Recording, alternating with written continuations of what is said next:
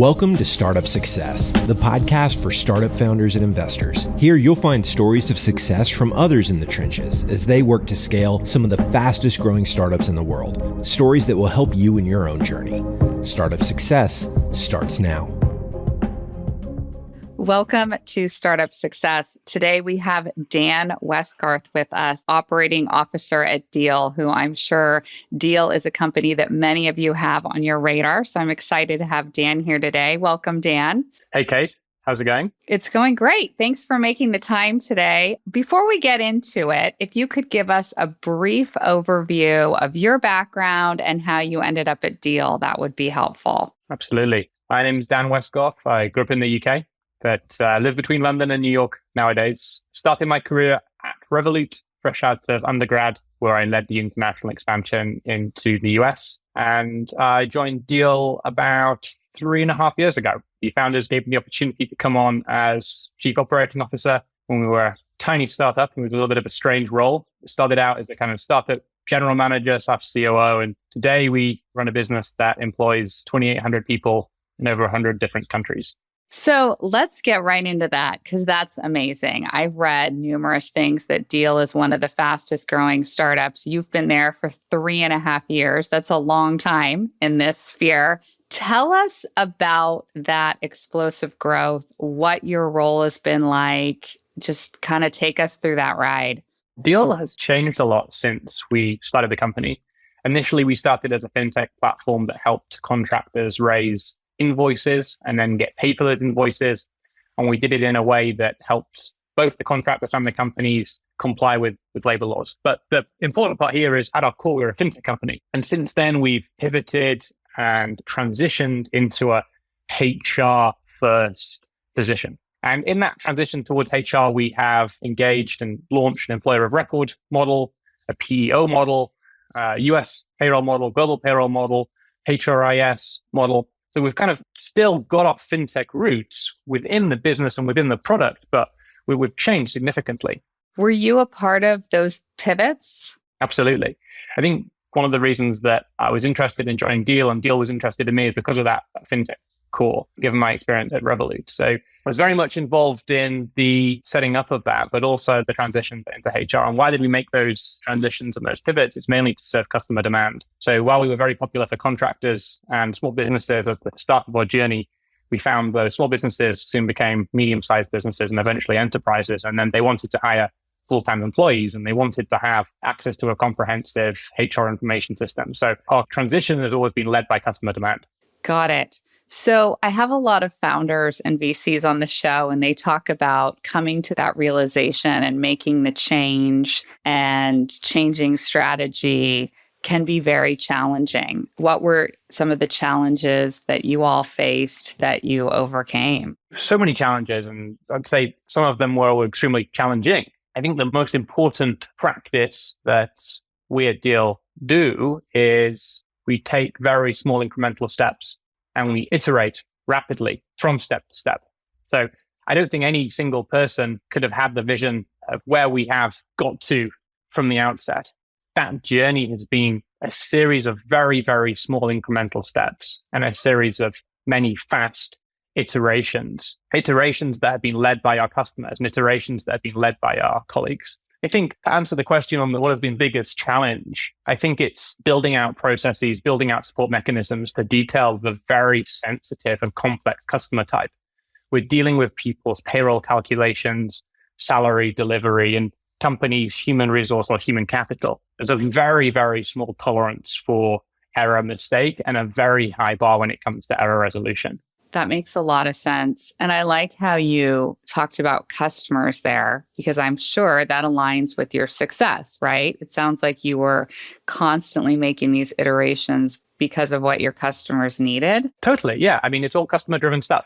Even today, our product roadmap is still very much driven by customer feedback, and we change, adjust, iterate based on that feedback. And I'm guessing there was a lot of trust among the founding leadership team, right? Because, when I talk to VCs, they always go back to it really comes down to that initial leadership team if there's going to be success. It sounds like you all were pretty dialed in then. Yeah, and I think we've done a really good job at Deel is making sure that those trust mechanisms extend throughout the company. We work on a remote first model. Some would argue that it's hybrid nowadays, given we have offices in some large cities or clusters of people in some large cities, but it's predominantly still a remote first model. And with a remote first model, you need to trust everyone within the company.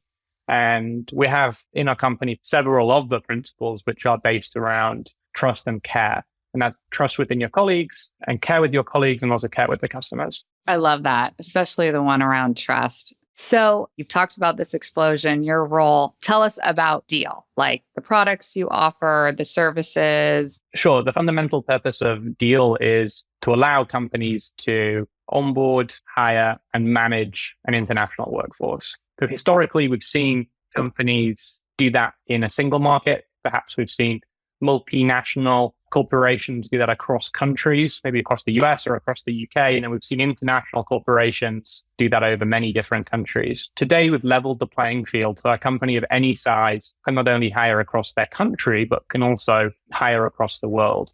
And to hire someone, you also need to be able to onboard and manage them.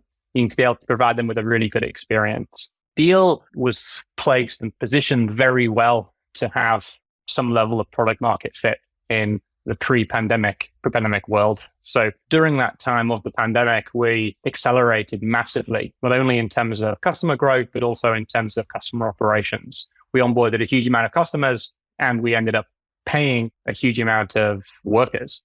And I think that acceleration really early on in our journey laid a really strong foundation for what has become a very large business today. I can speak on behalf of Burkland. We have a lot of clients that use Deel. You've really opened the door for international global workforces.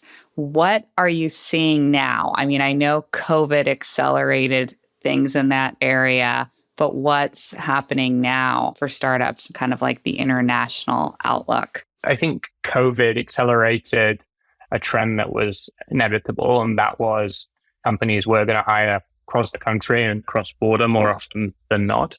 I think in today's day, we're seeing a focus on skills rather than location. That's in general. And we're seeing more consolidation in systems. And we've seen that in other industries like accounting, ERP, banking. They haven't really seen that in HR yet, especially in international HR. Systems are generally very fragmented.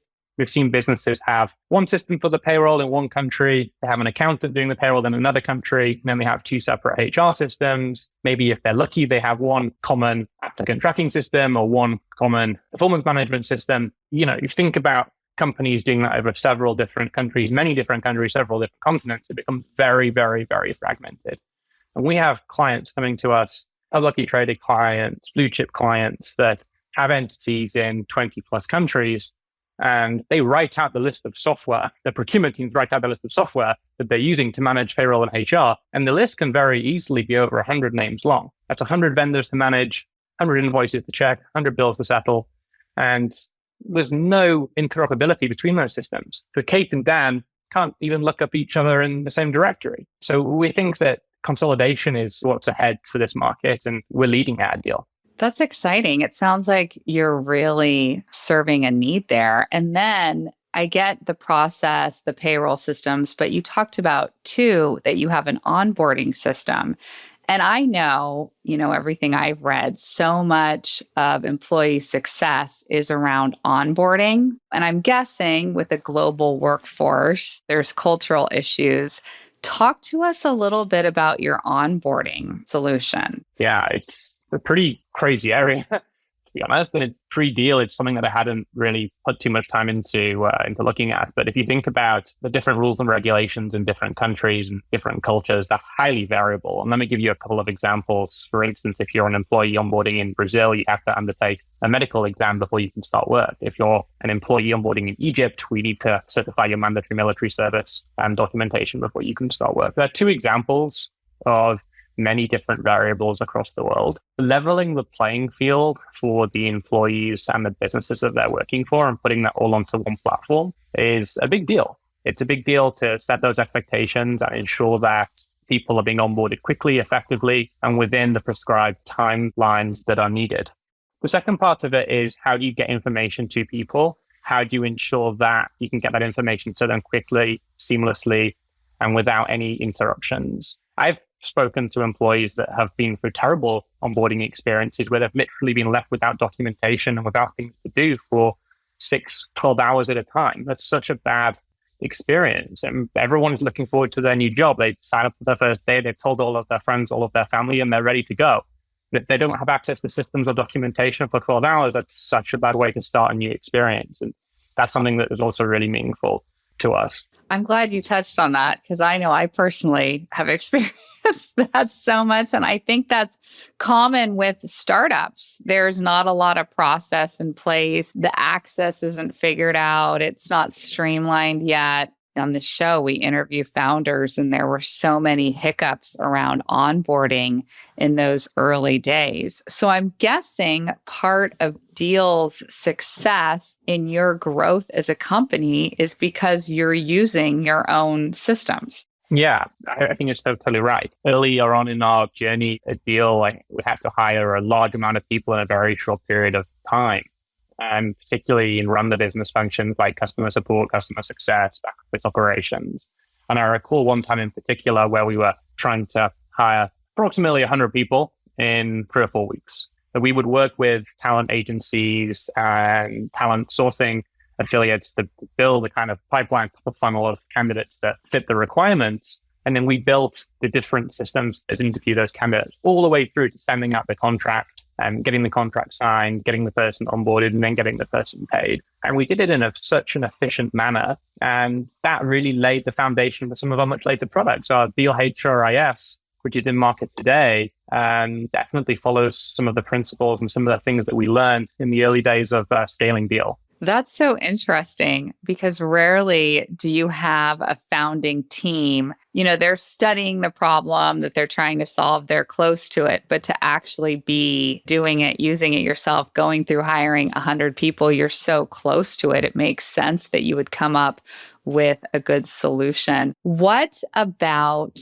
Deel's culture now? This expanded global workforce, any insight you can share to those founders listening that are headed down that path? Yeah, I can leave you with what I think is a pretty interesting concept. I travel an awful lot for business, but also for fun. When I go to a different country, I'll find people are different. If I go from the US to France, people are different. If I go from France to Morocco, to China, to Singapore, people are different. There are cultural differences. At Deel, we have internal colleagues from over 100 different countries, but all of our people are very similar. Now, isn't that strange? Everyone's coming with different backgrounds, different cultures, but everyone is subscribing to the same mission and working towards common goals. And I think that really speaks a lot to the culture that we've developed and the people that we hire.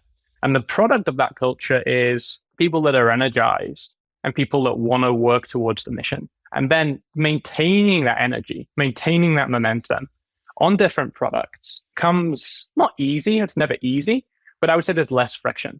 Interesting. I like how you put that. So how do you find those people? That sounds like it would be hard. It is ordinarily hard. I think a little bit, less hard for us, given we're at the forefront of international hiring and international workforce management. There's certainly a bias there that because we're in the media for that reason, international folks are looking up positions with Deel. That's also underpinned by a talent acquisition strategy. Our TAs look for candidates all over the world. We have multi-country compensation strategy, multi-country benefit strategy. We're able to hire everyone as if they were local, and we practice what we preach. That's great. And do you find yourself in your role out in the field a lot? Tell us about your role, like where it's taking you. For about 1/3 of the year out in the field. So sitting with team members, working through different projects. At this stage in the journey, Deel is above 300 million ARR, 2,800 teammates in over 100 different countries. So the business just about runs itself. And it means that my team can go in and run different special projects which really move the needle for the business. And when we're working on those special projects, we'll typically go bring the key people and the key leaders together, sit down together and open something up and optimize it. Nice. I like that. So we always wrap up the show with just some general advice for founders. I mean, you've been with Deel for 3.5 years on the leadership team. Anything that you can offer to the founders listening who are in those early stages? As you know, it's extremely challenging. You're not sure what your trajectory looks like. Anything you can share with them? There are a couple of things. So the first one is, and it's probably for a little bit later than super early startups, when you're 20, maybe 100 people, one of the things that really helped us at Deel was the concept of show me. So if somebody had an issue that they couldn't resolve, something they're working on, they couldn't figure it out, we would say, hey, show me. If it's a developer, maybe share your screen, let's go through your code.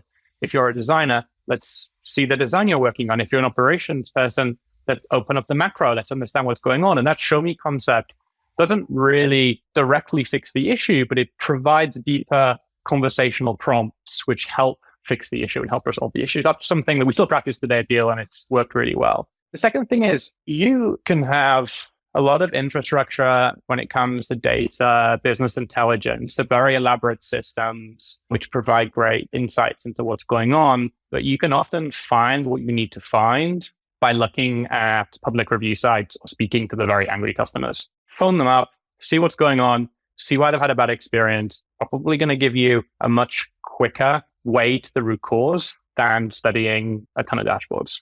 Okay, I like both of those. First of all, I love that show me. But then second of all, I do hear people on the show talk to customers, but I've never heard talk to angry customers, but that makes perfect sense, right? You're going to get right to where you need to iterate. That's great. So thank you, Dan. So if I'm listening and I want to find out more information about Deel, where do I go? Deel.com. Great. Excellent. Thank you so much for your time today. I mean, it was really fun to hear about your journey and the explosive growth, and what you offer is really unique. And I can tell you're poised for continued success. So thank you. Thanks so much. You've been listening to Startup Success. To make sure you don't miss out on future episodes, subscribe to the show in your favorite podcast player. Like what you hear? Tap the number of stars you think the show deserves in Apple Podcasts. For more tools and resources for your own startup success, check out burklandassociates.com. Thank you so much for listening. Until next time.